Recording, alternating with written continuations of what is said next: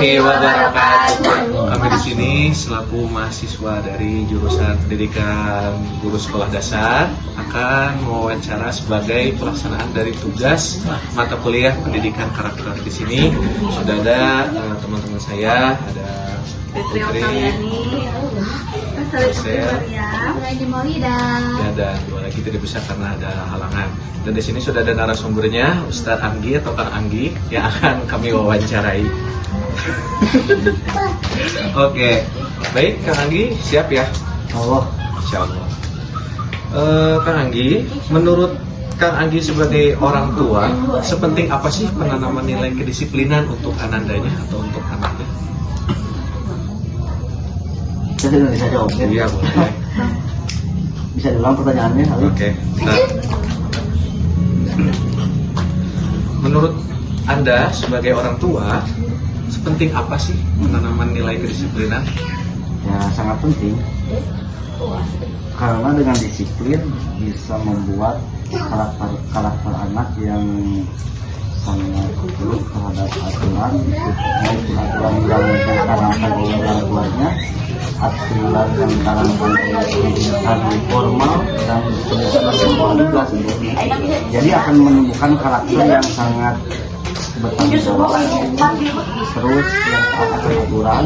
Intinya akan jadi anak yang insya Allah kalau mungkin berkomitmen dengan kedisiplinan itu dari orang tuanya, dari anaknya juga, nanti akan ada timbul sifat takwa, sifat taat, sifat-sifat positif yang akan jadi karakter buat anak itu sendiri, termasuk orang tuanya. Jadi religius gitu ya, karena kedisiplinan itu. Ya, jadi ya.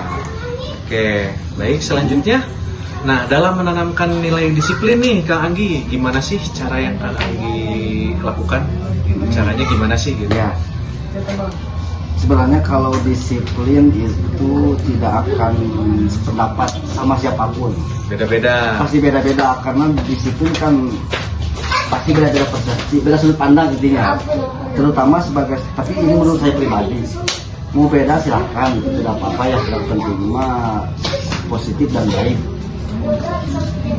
Menerapkan kedisiplinan kalau menurut saya pribadi, terutama buat anak, tidak boleh memaksa.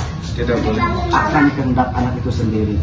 Kalau kita memaksa akan kemauan kita, sedangkan kemauan anak begitu itu sama dengan memperkosa karakter anak itu sendiri. Iya. Kita sebagai orang tua hanya cukup mengarahkan saja. Betul. Kalaupun itu tidak salah dengan kemauan anak, berarti kemauan anak yang positif harus kita arahkan ke lebih positif. Kalau negatif kita harus ingatkan, oh ini tidak boleh.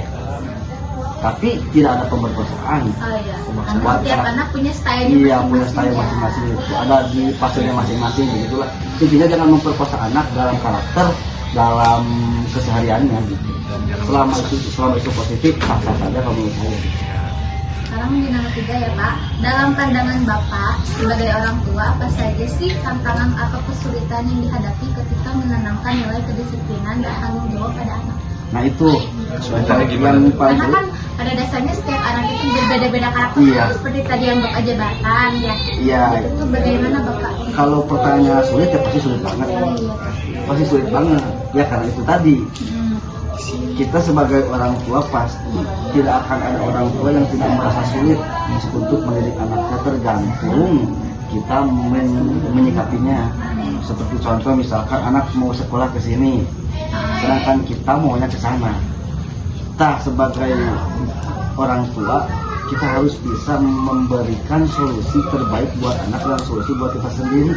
Intinya kalau Jadi tidak memberatkan kedua belah pihak, intinya boleh sekolah ke sana dengan syarat jangan melakukan hal-hal yang tidak sesuai dengan keinginan ayah gitu. Jalani dengan baik gitu. Menjalani dengan baik gitu. ada aturan norma yang terikat ya.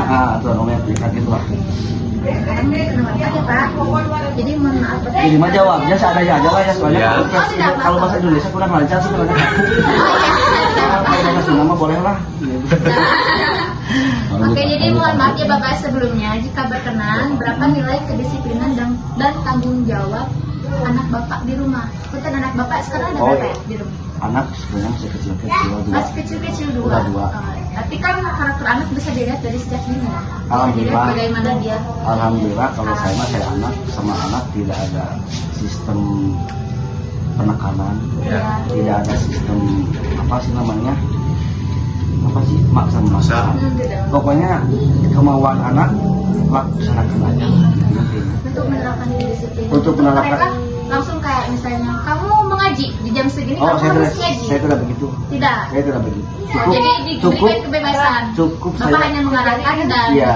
arahan itu entah mereka mau pakai atau tidak itu gimana Mas? Saya cuma mengarahkan dan mempraktekkan oleh diri saya sendiri. Oh, jadi Iya, contoh misalnya. Saya mengajarkan dan mempraktekkan. Iya, ini sholat ya, saya menyuruh neng sholat sambil saya berangkat sholat. Iya, jadi langsung dilihatkan contohnya Iya. dengan langsung. Jadi nggak bicara objek ya, Iya, kalau cukup dengan materi saja, tapi harus dengan tingkah laku. Kalau menurut saya begitu. Jadi di Ya. kami dulu bagaimana itu sholat itu untuk apa, kepentingan sholat itu apa, dan Bapak juga menjalankan itu terserah Oh. kamu gitu ya. Ketika Itu- Bapak sudah mencontohkan yang baik, entah itu kamu mau ikut atau tidak itu balik lagi Itu kepada kamu. sudut pandang yang bagus sebenarnya, cuma kalau sudut pandang saya tidak menjelaskan sholat itu untuk apa, sholat itu apa. Nanti juga anak saya suka bertanya apa itu lagi sholat, saya menjelasin. Ya, karena mereka masih kecil juga Iya, ya. masih kecil juga. Soalnya kalau dikasih tahu sholat, sedangkan anak saya belum pasti menerima dengan apa materi yang saya belum mengerti, mendingan kalau dia bertanya terus saya jawab. Iya. Gitu. Ada rasa keingin tahu. Iya, gitu, keingin tahuan. Kan tersendiri juga. Iya, gitu. Ada Pak. Arif silakan. Intinya kesadaran anak itu sendiri, tidak ada paksaan kalau menurut saya kayak gitu. Kami dari kelompok 4 akan mewawancara sekarang dari anak ya tentang mata kuliah pendidikan karakter. Itu namanya siapa? Raisa. Kelas berapa Mbak? Kelas 6 ya. Baik, untuk selanjutnya silakan yang bertanya Mangga. Raisa kelas 6 ya. Hai, perkenalkan sebelumnya nama kakak itu Kakak Mangun. Ini ada juga teman-teman kakak, ada Kak Rasel. Kamu juga bisa panggil dia Kak Fitri dan Kak Alif. Di sini kita akan sedikit mewawancarai kamu. Menurut kamu sudah belajar tentang disiplin dan tanggung jawab di sekolah atau di rumah? Sudah tidak? Sudah menerapkannya? Sudah. Saja? Oke, langsung ya di nomor 2. Menurut kamu, kenapa sih kamu harus disiplin? Kenapa kamu harus disiplin? Tadi kan kamu mengatakan bahwasanya kamu sudah melaksanakan kedisiplinan itu. Kenapa kamu harus disiplin? Untuk Ya apa?